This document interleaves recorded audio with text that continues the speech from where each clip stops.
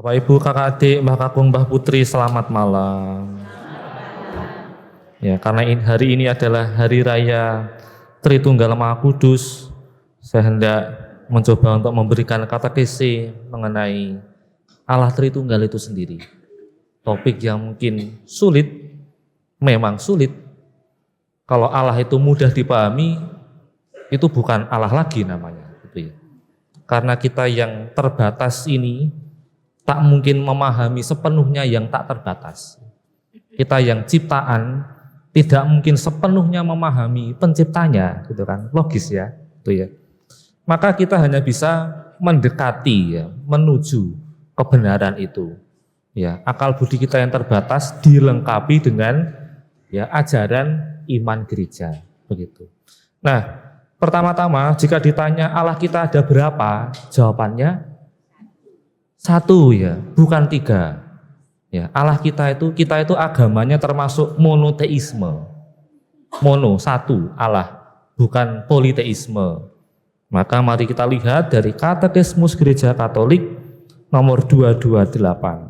Mengutip dari kitab Ulangan 6 ayat 4. Dengarlah hai orang Israel, Tuhan Allah kita, Tuhan itu Esa. Satu, ya.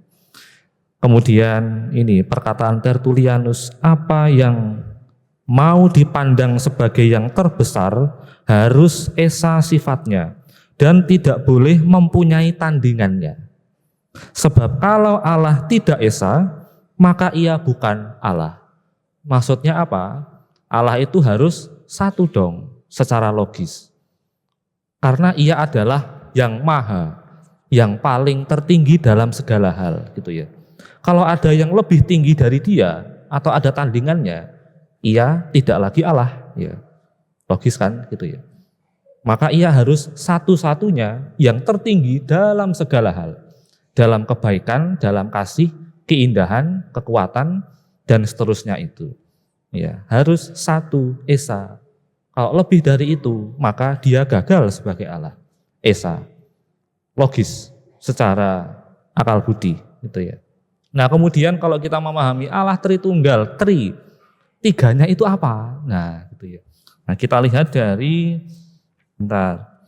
Katekismus Gereja Katolik nomor 253. Tritunggal adalah satu.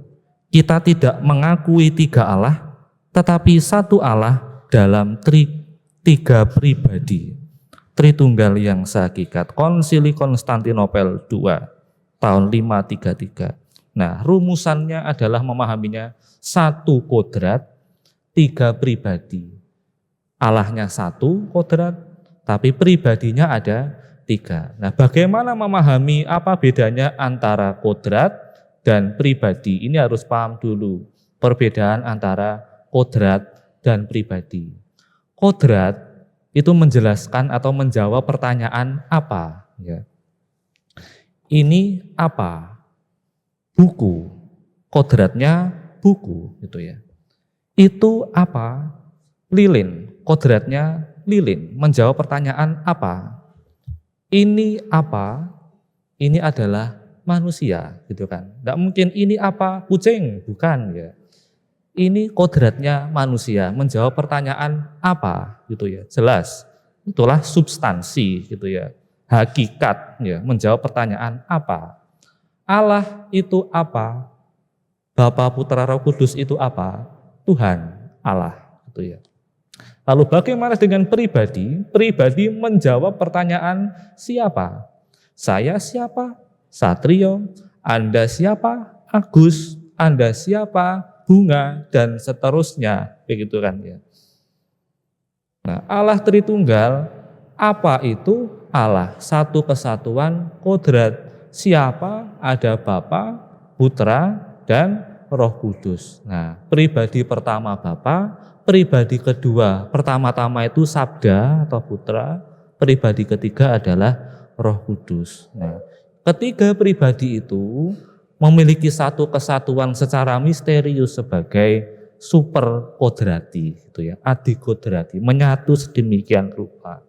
Yaitu mungkin yang setelah itu akal kita agak sulit, tetapi itu memang benar terjadi. Nah, kemudian dari rumusan itu berarti kita mengenal Allah Tritunggal itu satu kodrat, tiga pribadi.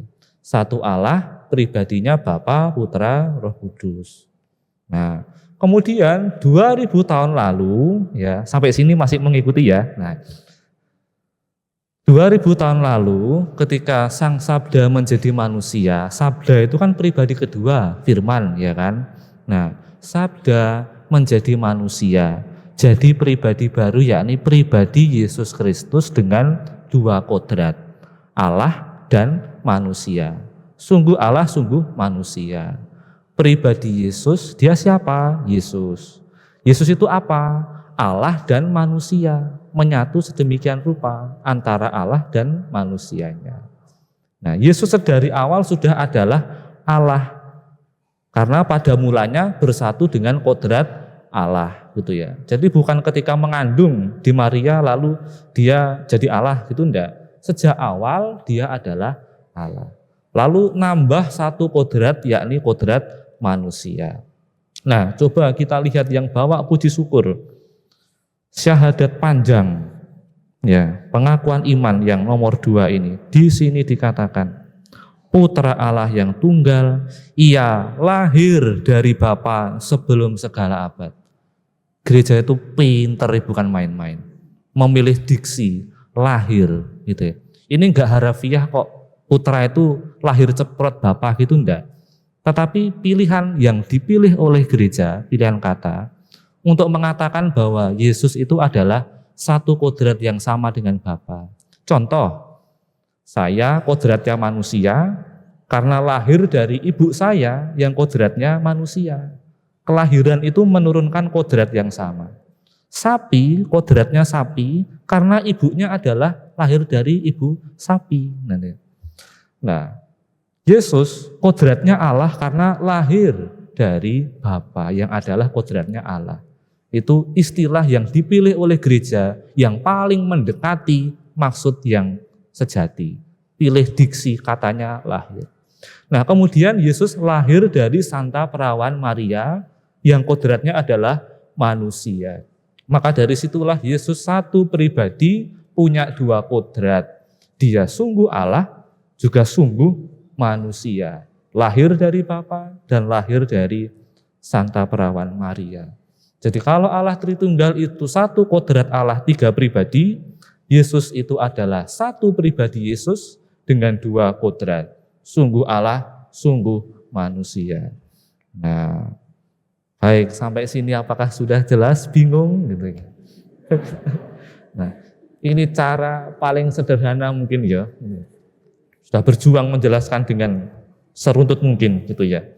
Nah, setidaknya semoga bisa membuat kita semakin menyadari betapa menyenangkannya belajar ajaran gereja.